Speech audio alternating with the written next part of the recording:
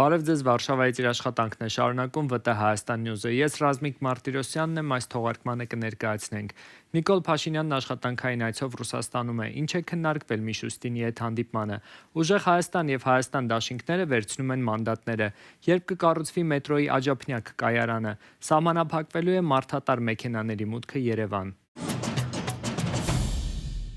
Վարչապետ Նիկոլ Փաշինյանն աշխատանքային այցով Ռուսաստանում է։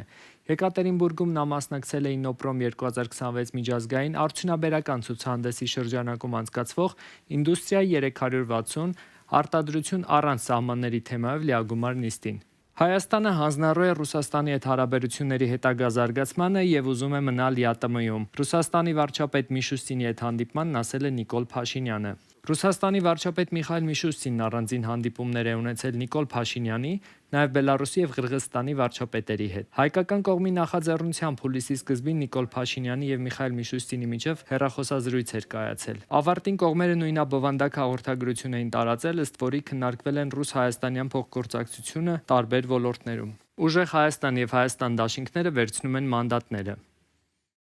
Հունիսի 7-ին խորհրդարանական ընտրությունների արդյունքներով 9-րդ գումարման ազգային ժողովում ներկայացված կլինեն քաղաքացիական պայմանագիրը 64 մանդատով, ուժեղ Հայաստանը 29 մանդատով եւ Հայաստան դաշինքը 12 մանդատով։ Ընդդիմադիր ուժերը նշել են, որ շարունակելու են իշխանության դեմ պայքարը խորհրդարանում եւ դրանից դուրս։ Ընտրություններից հետո վարչապետ Նիկոլ Փաշինյանի առաջին արտասահմանյան աշխատանքային այցը տեղի ունեցավ Իրանի Իսլամական Հանրապետություն, որտեղ նա մասնակցեց Ալի Խամենեի հրաժեշտի արարողությանը, նաև հանդիպեց Իրանի նախագահ Մասուդ Փեզեշքյանի հետ։ Այսօր Նիկոլ Փաշինյանը Ռուսաստանում է, թե ինչ նշանակություն ունեն այս այցերն ու հանդիպումները կքննարկենք տարածաշրջանային հարցերով փորձագետ Արմեն Պետրոսյանի հետ։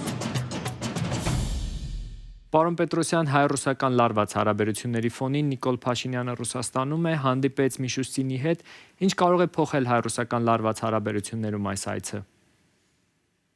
Ընդհանուր առմամբ այս այցը իրոք կարևոր է, հաշվի առնելով առնվազն երկու հանգամանք, առաջինը նախընտրական շրջանում եւ որոշակի առումով հետընտրական ժամանակահատվածում Ռուսաստանի վարքագիծը պայմանավորված ընտրությունների նկատմամբ վերաբերմունքով առաջին եւ երկրորդ զուգահեռաբար տարաբնույթ քայլերը, խոչընդոտները, որոնք ստեղծվում են Ռուսաստանի կողմից եւ շարունակում են մնալ Հայաստանի հատկապես տնտեսական ոլորտին առնչվող տարբեր ուղղություններում ենթադրաբար ուրեմն Հայաստանի կառավարության համար եւ գործող քաղաքական իշխող քաղաքական ուժի համար ուրեմն տարաբնույթ խնդիրներ ստեղծելու նպատակով եւ որպես արձանցար եւ զուգահեռ բնականաբար անդիմությանը որպես այդպեսին սեփական դիրքորոշումները ներկայացնելու եւ իշխանություններին քննադատելու համար օրակարգ առաջացնելու այնպես որ այս այցը չափազանց կարևոր է եւ հաշվի առնելով նախ բանակցությունների առումով երկու պատվիրակությունների կազմում ներառված անձինք, օրինակ Ռուսաստանի պարագայում փոխվարչապետ Օվերչուկը, Ռոսել Խոզնաձորի ղեկավարը, Ռոսատոմի ղեկավարը, ռուսական երկաթուղիների ղեկավարը, այսինքն եւ հայկական կողմից փոխվարչապետ Գրիգորյանը, էկոնոմիկայի նախարարը եւ այլն, այսինքն պատվիրակությունների եւ բանակցությունների նման ներգրավվածությունը ցույց է տալիս, որ բացի քաղաքական հարցերից եւ առհասարակ քան որ վարչապետը Ռուսաստանի ավելի շատ պատասխանատու է տնտեսական քաղաքականության համար առավել շեշտադրումներ են արվելու երկկողմ տնտեսական հարաբերությունների վրա եւ հատկապես երկու երկրների միջեւ վերջին շրջանում ուրեմն առաջացած այդ տնտեսական խնդիրները, տարաբնույթ առևտրային խնդիրները ուրեմն կարգավորելու վրա։ Իդեպ Նիկոլ Փաշինյանը այնտեղ էլ հայտարարեց, որ ԵԱՏՄ-ից դուրս գալու մտադրություն չունեն, սա ինչպես կմեկնաբանեք։ Դե բնական է, ես չեմ կարծում, որ հայկական կողմից որևէ հայկական կողմի դիրքորոշման մեջ որևէ էական փոփոխություն կա, որովհետեւ անգամ այս ընտրություններից առաջ նաև հետընտրական շրջանում երբևէ հայկական կողմը չի հայտարարել, որ նման պլաններ ունի, հակառակը երթամեզ դուրս գալու կամ Հայաստանին ընտրության առջև դնելու օրակարգը դա դրսից, մասնավորապես Ռուսաստանից առաջ մղված օրակարգ է եւ որևէ կերպ չի համապատասխանում պաշտոնական Երևանի քաղաքական առաջնահերթություններին, որովհետեւ որևէ կերպ այս պահին Հայաստանի համար որպես այդպեսին իհարկական չունի այլընտրանք եւ անգամ տարաբնույթ համագործակցությունները եվրոպական միության ուղղությամբ դրանք չեն գալիս եւ չեն կոմպենսացնում այն ուղղությունները եւ այն համագործակցային այն ձևաչափերը, որոնք կան ԵԱՏՄ-ի շրջանակներում։ Բարձրապես պետք է հերթական անգամ գնահատել, որ աշխարհակաղակական լարվածությունը եվրոպական միության կամ հավաքական արևմուտքի եւ Ռուսաստանի միջեւ հաստատի որոշակի առումով ազդում է նաեւ կամ փորձ է անում որոշակի առումով ազդեցություն ունենալ կամ այսպես մարտադաշտի որպես այդպեսի վերածվել նաև Հայաստանին եւ հայկական կողմին մղելով ինչ-որ ընտրության, որը որևէ կերպով պաշտոնական Երևանի օրակարգում չէ։ Ընտրություններում տարած հաղթանակից հետո Նիկոլ Փաշինյանի առաջին արտասահմանյան աշխատանքային այցը հենց Իրանի Իսլամական Հանրապետություն տեղի ունեցավ, որտեղ նա մասնակցեց Ալի Խամենեի հրաժեշտի արարողությանը, նաև հանդիպեց նախագահի հետ, ինչ նշանակություն ուներ այս այցը եւ Իրանի նախագահի հետ հանդիպումը։ Հաշվի առնելով նայեք Իրանի դեմ Իրան Միացյալ Նահանգներ շարունակող այդ լարվածությունը հաշվի առնելով ոչ միանշանակ վերաբերմունքը Իրանում իշխող վարչակարգին շատ քիչ թվով երկրներ են, որոնք ուրեմն ղեկավարի մակարդակով են մասնակցել Ալի Խամենեի օղարկավորությանը, իսկ Հայաստանի Հանրապետությունը այն հարևանն է, որը հենց ուրեմն ամենաբարձր մակարդակով մասնակցեց, իսկ սա շատ կարևոր ցուցիչ է եւ ազդակ է իրանական կողմի համար, հաշվառելով իրանական քաղաքականության մրցությունները, կարծում որ այս հանգամանքը անպայման հաշվի կառնվի։ Սահմանափակվելու է մարդատար մեքենաների մուտքը Երևան։ Երևանի քաղաքապետ Տիգրան Ավինյանի խոսքով մեքենաների քանակի աճը կոնկրետ գործողություններ է պահանջում։ Լսել եմ տարատեսակ մեկնաբանություններ, որ մինչև իսկ մարդատար մեքենաների հետ կապված պոտենցիալ սահմանափակումները մարդկանց ազատության սահմանափակում են, դա կարծում եմ նուրբ ասած իրականությանը չի համապատասխանում, որովհետև եթե մենք որոշակի նոր կանոնակարգեր եւ կառուցակարգեր չստեղծենք քաղաքում, գնալով ահագնացող մարդատար ավտոմեքենաների քանակը, որոնք առանց որևէ սահմանափակման մտնում են քաղաք եւ փոքր կենտրոն, ուղղակիորեն բերելու են մի իրավիճակի, երբ որ որևէ մեկը իր ավտոմեքենայով բակից դուրս գալուց հետո ուղղակի չի կարողանալու առաջ շարժվել, որովհետև այն տեմպը, որով աճում են մարդատար մեքենաների քանակը Երևան քաղաքում, իրապես արդեն իսկ գործողություններ է պահանջում։ Մետրոյի աջափնյակ կայարանը կառուցվելու է։ Կառավարությունը հաստատել է $650 միլիոն ենթակառուցվածքային փաթեթը, որի մեջ մտնում է նաև աջափնյակի մետրոյի կառուցումը։ Երևանի քաղաքապետ Տիգրան Ավինյանը մանրամասներ է ներկայացրել։ Մենք տարբեր փուլերում ենք գտնվում, տարբեր ծրագրերով,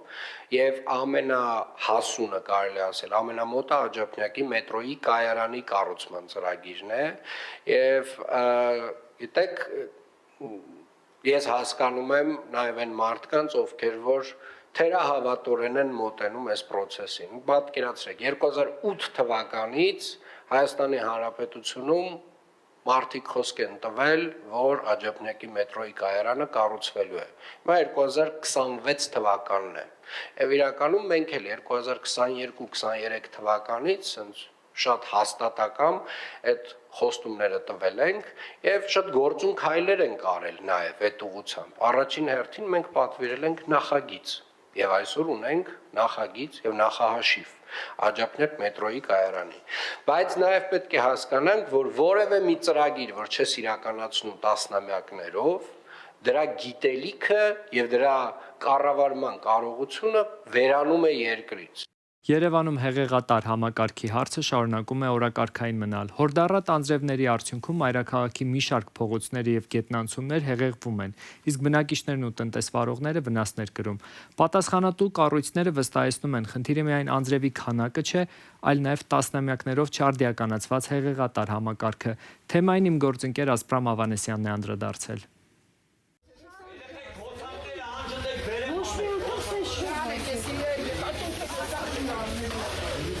Լուկից է էլի բացվում, լցվում։ Անձրևաջրերը, կեղտոտ կանալիզացիայի ջրեր են կոյողու։ Այդպես լցվում է։ Ամբողջ գետնանցումն էլ հեղեղվում է։ Նայած անձրևը ինչ աստիճանի է լինում։ Եթե օրեր տևում է, տենց հավաքվում, ամբողջ գետնանցումը լցվում է։ Նես չի որ մենակ էս հատվածն է այն կողմերով, անցյալ անգամ էլ այն քոչարի մոտով էր լցվել։ Անենցա որ էդի բոլոր տեղերից էլ անխուսափելի է։ Հորդառատ անձրևներից հետո Երևանում նման իրավիճակները սովորական երևույթ են դարձել։ Հեղեղվում են մայրաքաղաքի փողոցները, գետնանցումները, նաև առևտրի կետերը։ Գործարարներն ասում են, ամեն անձրևից հետո ստիպված են լինում հաշվարկել հերթական վնասները։ Բավականին ջուրը հելել էր ապրանքների մեջ, դաշ այստեղ լինոյին էր թարված։ Լինոյին հանել ջղել թափել են, որովհետև ջուրը այստեղ մինչև ծնգիծս մի քիչ ներքև էր։ Բավականին մարդկանց շատ մեծ մասը դաժե տրիկատաժի բաժիններ կան, որ վնասվել է, ճիշտ է, ռեզինային տարբերակներ կա, որ սեղմել են, կա, որ կատորը մեջ արդեն մտել է, հոտը կապել է, թափել ենք։ Այդ վիճակի միջն էր։ Այստեղ արդեն բավականին 2-3 դեպք է, բայց այս դեպքը բավականին շատ էր։ Խնդիրը միայն առատ տեղումները չեն։ Կլիմայական փոփոխությունների հետևանքով կարճ ժամանակում տեղացած մեծ քանակի անձրևը բացահայտում է տարիներով կուտակված ենթակառուցվածքային խնդիրները։ Իրոք վերջին տարիներին, քանի որ բնակլիմայական պայմանները ոչ բոլորովին փոխվել են, ինչպես նաև Հայաստանի Հանրապետությունում ունեն մենք հորդառատ անձրևներ, որի հետևանքով շատ անգամ փաստեր են գրանցում, որ 15-ից 20 րոպեվան փոխում տեղում է նախկինում գրանցված գրեթե 1 ամսվա տեղումների չափաբաժինը։ Եվ հեղեղումներ կարող են առաջանալ այն հատվածներում, այն հասցեներում, որտեղ որ հեղեղատար համակարգը հնամաշ է եւ իր թողունակությունը բավականաչափ չի բավարարում, որպես այդ հեղեղումների դեմ պայքարը եւ կանոնա ջրհեղացումը իրականացնել։ Պատճառները նաև քաղաքաշինական են։ Վիոլանս սպասարկումը գոյություն ունեցող ցանցը, տեղեր կան, փողոցներ կան, նույնիսկ որ ընդհանրապես հեղեղատար ցանց կառուցված չի։ Հեղեղները բնականաբար պետք է հոսեն ասֆալտի վրայով։ Երկրորդ խնդիրը այս շատ մեծ կառուցապատումներն ու ասֆալտապատումներն են։ Ջուրը դառնում է մակերևույթային հոսք ու փողոցներով սկսում է հոսել։ Կան տարածքներ, որտեղ նախինում եղել են անտառներ, այգիներ կամ հողային դաշտեր են եղել, հիմա այդ ամբողջությամբ կառուցապատվել են, ասֆալտապատվել են, իսկ հեղեղատար ցանց չի կառուցվել։ Եթե կառուցվել է, եկել միացվել է հին գործող ցանցին, որը այդքան մեծ հնարավորություններ չունի սպասարկելու այդ հեռացնելու այդ հեղեղաջրերը։ Որոշ տեղեր կա նաև այլ խնդիրներ։ Հեղեղատար ցանցին ապօրինի ինքնական կպցրել են օյուղատարը։ Խնդիրը մեղմելու համար իրականացվում են ոչ միայն մաքրման, այլև վնասված ցանցերի վերականգնման եւ անհրաժեշտության դեպքում նոր հատվածների կառուցման աշխատանքներ։ Օրական 50 շաբաթը կլինի 250 ամսական մոտ 1000 անձրևընդունիչ ցանց է մաքրում։ Մեր նախաձեռնությամբ մենք վերցնում ենք փողոցը, բրիգադը մտնում է, խումբը մտնում է, սկսում է մաքրման աշխատանքները։ Նկարներով, փաստերով, հողը հանում է այս եզրաքարի մոտ, լցնում է, որպեսզի նորից հանկարծ հողը չլցվի։ Մենք անմիջապես տեղեկացնում ենք ԵԱՍՄ ծառայությանը, ԵԱՍՄ ծառայությունը իր մեքենայով, իրենց բանվորներով հողը անմիջապես հեռացնում են, որպեսզի նորից հանկարծ անձրևի ժամանակ հողը հետ չլցվի անձրևընդունիչ ցանցի մեջ։ Կարոյանը շեշտում է, որ ամբողջ հեղեղատար համակարգն է հնամաշ եւ վնասված։ Այս տարվա ընթացքում Երևանի քաղաքապետարանը 2 փողոցներում արդեն իսկ նախաձեռնել է հեղեղատար համակարգի արդիականացման աշխատանքներ։ Նաև ուզում եմ շեշտեմ, որ ընդհանուր գույքագրվել են բոլոր խոցելի փողոցները, որտեղ որ ջրի կուտակումներ են տեղի ունենում, դրանք թվով 50 են եւ արդեն իսկ մենք ունենք պատվիրված նախագծան նախաշխատային փաստաթղթեր, եւ հույս ունենք, որ մյուս տարվա ընթացքում արդեն կառավարության ֆինանսավորմամբ կարողանանք որոշ հատվածներում արդեն իսկ շինարարական աշխատանքներ իրականացնել։ Կատարվող աշխատանքները Կարոյանի խոսքով Երևանի քաղաքապետարանի Երևան համայնքի պարտականությունների շրջանակի մեջ չի մտնում։ Այս ամբողջ համակարգի սպասարկումը վարձակալության հիմունքներով տրամադրված է Վիոլիա Ջուր Փակ բաժնետիրական ընկերությանը, ասում է։ Հնամաշ եւ սահմանափակ թողունակությամբ հեղեղատար ցանցն ելևս չի համապատասխանում այսօրվա քաղաքաշինական պայմաններին եւ հորդառատ անձրևների ծավալներին։ Այդ պատճառով անհրաժեշտ է ոչ թե մասնակի նորոգում, այլ ամբողջ համակարգի փուլային վերակառուցում։ Հեղեղատար ցանցը վերակառուցվի, որտեղ չկա նորերը կառուցվի, ճիշտ ընտրվի խողովակների տրամագծերը, ընդունիչ ցանցերի մակերեսները, գլոբալ առումով միայն շինարարություն մեծ աշխատանքներ պետք է իրականացվի, մեծ գումարներ պետք է ներդրվի, որտեղ գոյություն ունեցողը չի կարողանում այլևս այս մեծ հոսքերի ժամանակ, հորդառատ անձրևների ժամանակ ընդունել։ Մինչ համակարգային փոփոխությունները իրականություն կդառնան, յուրաքանչյուր հորդառատ անձրևից հետո Երևանի մի շարք փողոցներ, գետնանցումներ եւ առևտրի կետեր շարունակելու են հեղեղվել բոլոր վատ հետևանքներով։ Ասպրամ Ավանեսյան, ՎՏՀ News, Երևան։ Գիշերային հարձակումից հետո Կիևում զոհվել է առնվազն 11 մարդ։ Ռուսաստանի պաշտպանության նախարարությունը պնդում է, որ իրենց բանակը հարվածել է Ուկրաինայի ռազմաարդյունաբերական օբյեկտներին եւ էներգետիկ ենթակառուցվածքներին։ Սակայն թե իրականում ինչն է դարձել ռուսական հարձակման թիրախը, կներկայացնի ոտակի թղթակից Յուլիա Մակարենկոն, որը գտնվում է հարվածներից մեկի վայրում։ Մեզանից երկար ժամանակ խլեց դեպքի վայր հասնելը, քանի որ Կիևում ճանապարհները մասամբ փակ են եւ ստիպված էինք շրջանցիկ ուղիներով գալ այնտեղ, որտեղ ընկել են ռուսական հրթիռները։ Այս գիշեր Կիևի եւ Կիևյան շրջանի բնակիչների համար շատ աղմկոտ էր։ Անձամբ ես արթնացել եմ պայթյունի ձայնից, որից ցնցվում էր մեր բնակելի շենքը։ Արդեն առավոտյան պարզ դարձավ, որ հարվածների առաջին թիրախը Ուկրաինայի մայրաքաղաքն է։ Այս պահին հայտնի է 11 զոհի մասին, վիրավորներից մեկը մահացել է հիվանդանոցում։ Հայտնի է նաև 5 տուժած երեխաների մասին։ Այս թիվը վերջնական չէ, քանի որ ըստ փրկարարների փլատակների տակ դեռ կարող են մարդիկ լինել։ Իմ հետևում գտնվող շենքը, հիմա ցույց կտայեմ օպերատորը, այստեղ հրթիռն ընկել է 5-րդ եւ 9-րդ հարկերի միջակայքում։ Փրկարարական ու որոնողական աշխատանքները մինչև հիմա շարունակվում են։ Լրագրողներին հայտնի է դարձել, որ զոհվել է 3 անդամից բաղկացած մի ընտանիք՝ մայրը, հայրը եւ երեխան, որոնց մարմինները գտել են միջանցքում։ Ինչպես տեսնում եք, ավերվածությունները լուրջ են, երևում են շինության խոհանոցները, սենյակները, պատշգամբների ջարդված ու դուրս թռած պատուհանները։ Այստեղ մի քանի մետր այն կողմ բալիստիկ հրթիռի ուղիղ հարված է եղել, ինչի հետևանքով գոյացել է փոս։ Ուզում եմ նաև ցույց տալ, թե ինչ տեսք ունի այս տարածքը։ Բոլոր մեքենաները ջարդված են առանց ապակիների։ Այստեղ մարդիկ աշխատում են այն հույսով, որ դեռ կգտնեն իրենց ընտանիքի անդամներին ու մտերիմներին։ Սպասում են, որ ավերվածությունների տակից դուրս կհանեն եւս մեկ ընտանիք։ Շատ դժվար է այս ամենը տեսնելը, չնայած որ արդեն այդքան տարի է, ինչ աշխատում ենք ռուսական հարվածների տակ։ Այստեղ աշխատում է նաև կին հոգեբան, ինչպես նաև կոմունալ ծառայության աշխատակիցները, որոնք սպասում են, որպեսզի օգնեն վերացնել ավերվածության հետևանքները։ Բնակիչներն իրենց պատշգամբների պատուհաններից նկարել են հարվածի պահը եւ հիմա առաջարկում եմ դիտել այն։